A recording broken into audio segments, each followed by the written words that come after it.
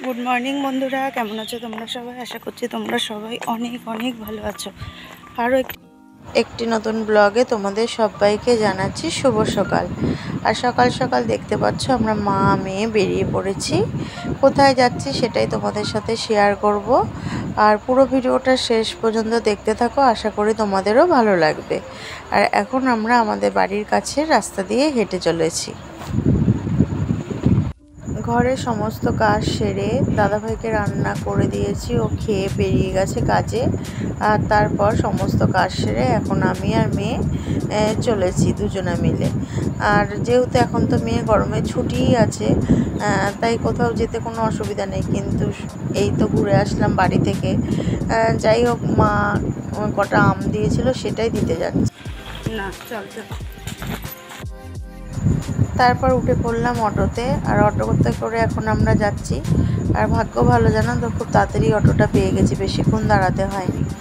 আর জানি না তার ট্রেনের জন্য কতক্ষণ দাঁড়াতে হবে, তাও টাইম মানে খুব কম সময় নিয়ে বেরিয়েছি যে বেশিক্ষণ দাঁড়াতে হবে না।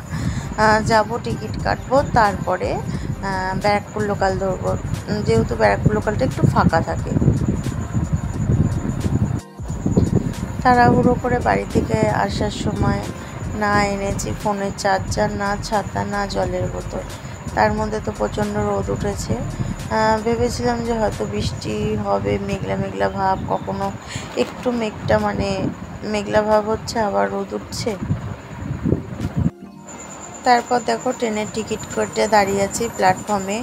আর প্রচণ্ড গরম লাগছিলো, দেখো আমার মানে অলরেডি ঘাম হচ্ছিলো, যেহেতু ছাতা নিইনি। আর ভাবছিলাম যে নেমে স্টেশনে আবার যদি মানে এরকম রোদ থাকে কি হবে। তারপর ফাইনালি দেখো ট্রেনে উঠে পড়েছি। আর এটা হলো আমার দিদিদের বাড়ির ট্রেন। আজকে ভীষণই ফাঁকা ছিল ট্রেনটা। এই প্রথমবার ওদের বাড়িতে যাওয়ার সময় ট্রেন এত ফাঁকা। আজকে দত্তপুকুর লোকালটা পেয়ে গেছিলাম, যেই কারণে ট্রেনটা এত ফাঁকা ছিল। তার মধ্যে ট্রেনটা আজকে লেটও ছিল। আর সত্যি কথা বলতে আমি ব্যারাকপুর লোকালে আসিনি, তাহলে এই ট্রেনটাও হয়তো পেতাম না। আমি নৈহাটি ধরেছিলাম বলেই ট্রেনটা পেলাম। দিদি বাড়ি পৌঁছে গেছিলাম, টিফিন খেয়ে তারপরে বসে গেছি সবজি কাটতে। আর আমার মেয়েকে বললাম একটুখানি ফোনটা ধরে দে। আর আজকে জানো তো ভিডিও বেশি করতে পারছি না, কারণ ফোনের চার্জার আনিনি। আর আমার ফোনটা না এখন খুব তাড়াতাড়ি ব্যাটারিটা শেষ হয়ে যায়। যাই হোক, মেয়েকে একটু বললাম একটুখানি তো ধরে দেখ। খাওয়া দাওয়া টিফিন হয়ে গেছে। আর এই যে মেন এই গাছের আম দিতে এসেছিলাম, মা দিয়েছিল, তাই পেকে যাবে ফ্রিজে যতই রাখি, কিন্তু আম তো পেকে যায়। তাই জানো তো যখন কাটছিলাম ভেতরটা বেশ হলুদ হলুদ ভাব হয়ে গেছিলো। তারপরে যাই হোক চাটনি করবে, দিদি বললো চাটনি করবে, আমটা কেন আর রাখবে না, চারটে আম দিয়েই চাটনি হবে। আর এদিকে আমি পুঁই শাক কাটছিলাম। আজকে দিদি মাংস এনেছে, পুঁই শাক হবে, মাংস আর আমের চাটনি, এই হলো আজকে দুপুরের রান্না হবে। তাই দিদিকে বললাম আমি সবজিগুলো দিয়ে কেটে দিই আর তুই রান্নাটা বসিয়ে দে। আর ও রান্না করার আগে বললো তাহলে আমি স্নানটা করে পুজো টুজো দিয়ে নে। আছে তাহলে দিয়ে নে, আমি যাই হোক সবজিটা কাটতে থাকি, ততক্ষণে হয়ে যাবে। তার জন্যই যাই হোক সবজিগুলো কেটে নিচ্ছিলাম। আর সত্যি কথা বলতে অনেক দিন পুঁই শাক খাওয়া হয় না। আর কুমড়োটা ভীষণই ভালো ছিল, জানো তো, পুরো পাকা কুমড়ো আর পুরো ছিল, বেশ সুন্দর। এত সুন্দর কুমড়ো না চট করে পাওয়া যায় না। আর কুমড়ো, পেঁয়াজ, আদা, রসুন, আলু, আম, এগুলো সমস্ত কিছু আমি কেটে গুছিয়ে দিয়েছি। তারপর দিদি রান্না করে নিয়েছে। যাই হোক বন্ধুরা, পুরো ভিডিওটা স্কিপ না করে দেখতে থাকো, আশা করি ভালো লাগবে। আর যারা এখনও পর্যন্ত আমার চ্যানেলটি সাবস্ক্রাইব করোনি তাদের কাছে অনুরোধ রইল চ্যানেলটিকে সাবস্ক্রাইব করে পাশে থাকা বেলটি অল করে দেওয়ার জন্য, যাতে নতুন নতুন ভিডিও দেওয়া মাত্র তোমাদের কাছে নোটিফিকেশান পৌঁছে যায়। গুড মর্নিং বন্ধুরা, ভিডিওটা আবার পরের দিন সকাল থেকে কন্টিনিউ করছি।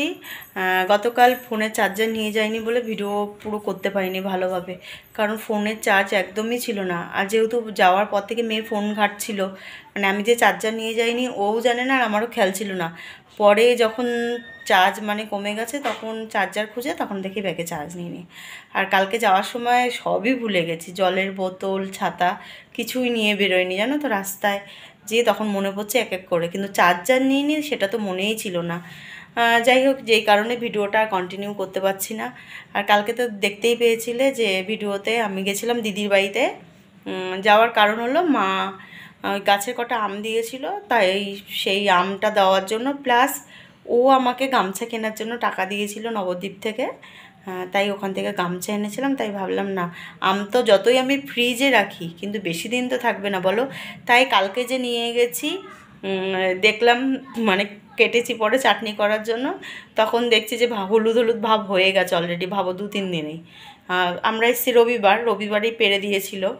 আর ওর বাড়িতে কালকে গেলাম বুধবার, মাঝে মাঝে 2 দিনের মধ্যেই আমের অবস্থা ওরকম হয়ে গেছে, মানে আর 2-4 দিন রাখলে ও পেকেই যেত। যেই কারণে আর মানে ব্লগ কালকে করতে পারিনি। এসছিও কালকে অনেকটা রাত করে, যেহেতু তোমাদের দাদাভাইয়ের সাথে আমি আসবো, তাই ওখান থেকেও একটু দেরিতে বেরিয়েছিলাম, অনেকটা দেরি করেই বেরিয়েছি। অনেকবার দিদি বলেছিল থাক, আজকে দাদাভাইয়ের ছুটি, কিন্তু থাকিনি। যাই হোক, কাজ থাকে, বাড়িতে অনেক কাজ রয়েছে, আর ও অত রাতে মানে কাজের থেকে আবার ওখানে যাবে, অনেকটা রাত হয়ে যাবে। যেই কারণে মেয়েকে নিয়ে আবার রাতেরবেলা ফিরে চলে এসেছি।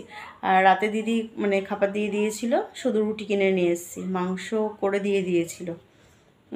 আর রাতের আসার সময় রুটি নিয়ে আসলাম, তারপর তো এসে খেয়ে দিয়ে শুয়ে পড়েছি। যাই হোক, কালকে আর ব্লগটা কন্টিনিউ করতে পারিনি। তারপর ফোনেও মেয়ে ঘেটে ঘেটে মানে চার্জ শেষ করে ফেলেছিল, এসে চার্জ দিলাম, তারপর ফোন মানে চালু করেছি। তার জন্য ভাবলাম না, আজকে ব্লগটা তো যেইটুখানি হোক হয়েছে আজকে শেষ করব। তাই তোমাদের সাথে আবার সকালবেলা চলে আসলাম। যাই হোক বন্ধুরা, কালকে ব্লগটা তোমাদের কাছে সারাদিনে কেমন লাগলো প্লিজ কমেন্ট করে বলো। ভালো লাগলে একটা লাইক করো, শেয়ার করো। আর যারা এখনও পর্যন্ত আমার চ্যানেলটি সাবস্ক্রাইব করোনি তাদের কাছে অনুরোধ রইল চ্যানেলটি সাবস্ক্রাইব করে পাশে থাকার জন্য, আর পাশে থাকা বেলটি অল করে রাখার জন্য, যাতে নতুন নতুন ভিডিও দেওয়া মাত্র তোমাদের কাছে নোটিফিকেশান পৌঁছে যায়। ততক্ষণ তোমরা সবাই সুস্থ থেকো, ভালো থেকো, সবাইকে টাটা।